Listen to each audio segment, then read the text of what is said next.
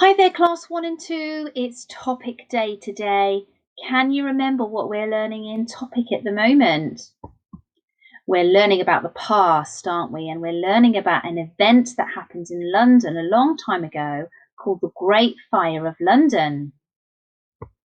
Now, last week, you might recognise some of these pictures. We were looking at modern London, weren't we? What London is like today. Because we're going to see today how London has changed. Because London is very modern today and got lots of modern buildings in, as well as old buildings. But London, during the Great Fire of London, was a very different place. And that's what we're going to be learning about today. So we're going to be going back in time 350 years to visit London in the year 1666, which was 350 years ago, and that was when the Great Fire of London happened. This was a very important year in the history of London because it changed London because of that big fire that happened. So what I want us to think about today are the houses and the buildings. I want us to think about what they were made from and what these houses and buildings were like in 1666. But we won't be able to look at any photographs of London in 1666. Do you know why this is? Well, cameras weren't invented, so there are no photographs to look at of London in 1666. So how can we find out about what London was like then? Well, we're going to be using some pictures that people have drawn of what London was like in 1666, like this one here. This one is a drawing. Isn't it amazing? This was London in 1666 or around 1666. Now, what do you notice about all these buildings here? They're very, very squished, aren't they? Very squished. There's lots of houses and shops and churches, all sorts of buildings. And in the background here, I can see a very big building. Do you know what that is? It's a cathedral. And we've got a cathedral in Worcester, haven't we? And this is the cathedral that's in London.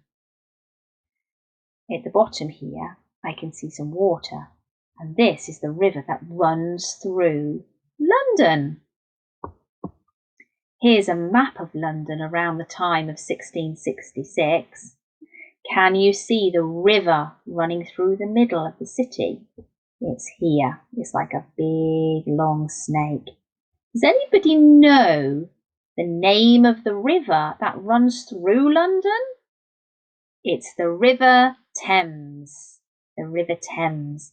And it's a long river that runs all the way through London. Now on our map, I can also see lots and lots of roads.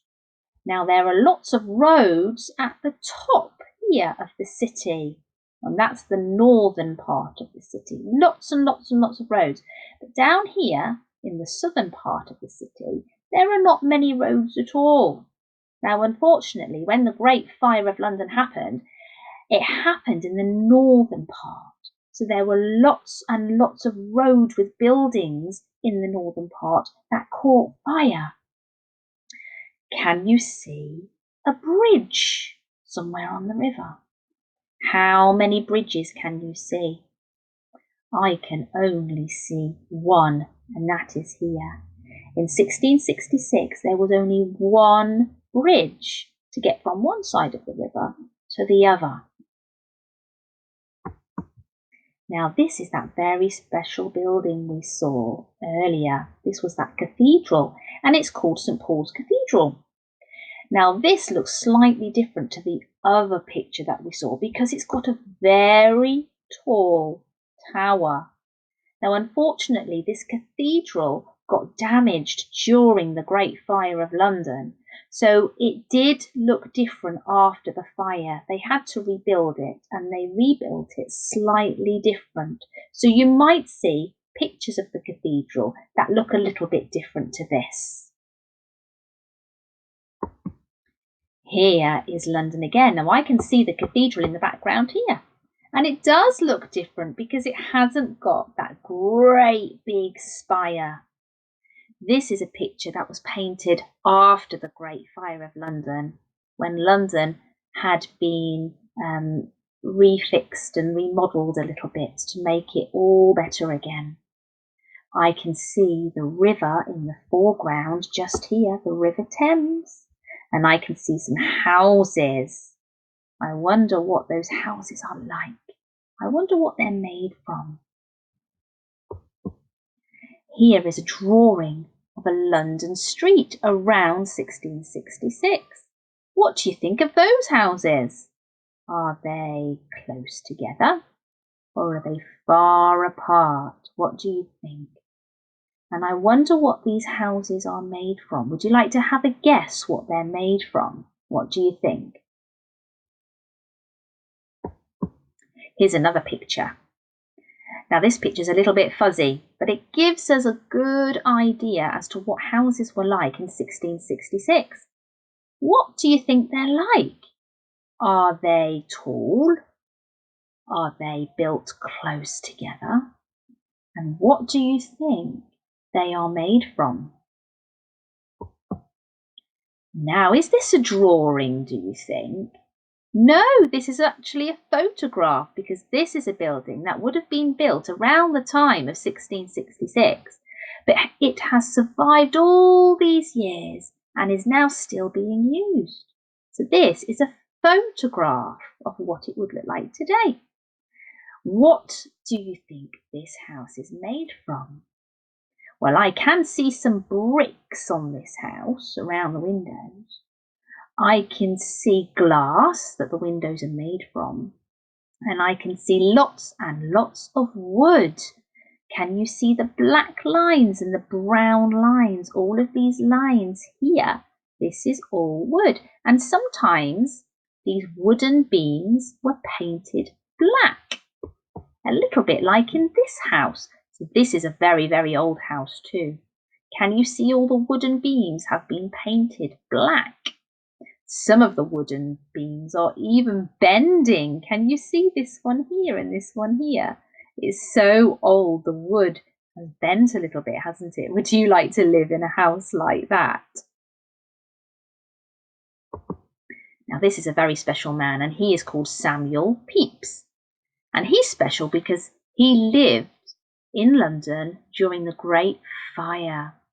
And his job, he was a member of Parliament, which means he used to help the king make important decisions. And he's very special because he kept a diary during the Great Fire of London and he wrote down everything that he saw. And this diary that Samuel wrote became one of the most important sources of information about London during this time of the Great Fire. So thank you, Mr. Pepys, for writing your diary. Now, your task today is to draw a picture of a house from around the time of 1666, like this one here that you can see. Then I want you to label all the materials that it would have been made from. So you would label that the house was made from wood. As you can see, lots of wooden beams here. We've got glass in the windows. And the other thing that the houses were sometimes made from was straw. The straw sometimes was put inside the walls mixed with mud instead of using bricks. And also straw was put on the tops of the roofs instead of tiles. Tiles were being used then, but you had to be quite rich to have tiles on your house. So if you couldn't afford to have tiles, they used to put straw on their roofs to stop the water and the rain from getting through. So we've got straw on the roof and straw and mud on the house. And we've got the wooden beams. Now these beams are brown and sometimes they used to get painted black. So draw a picture like this one, or you can find another one on the internet that you can copy and then label it for me. Take a photo and put it on your journal for me to see. Okay, children, so today we've been learning all about what the houses were like in London in 1666. And they did look a little bit different to today's houses, didn't they? Okay, have a lovely day. Bye for now, everybody.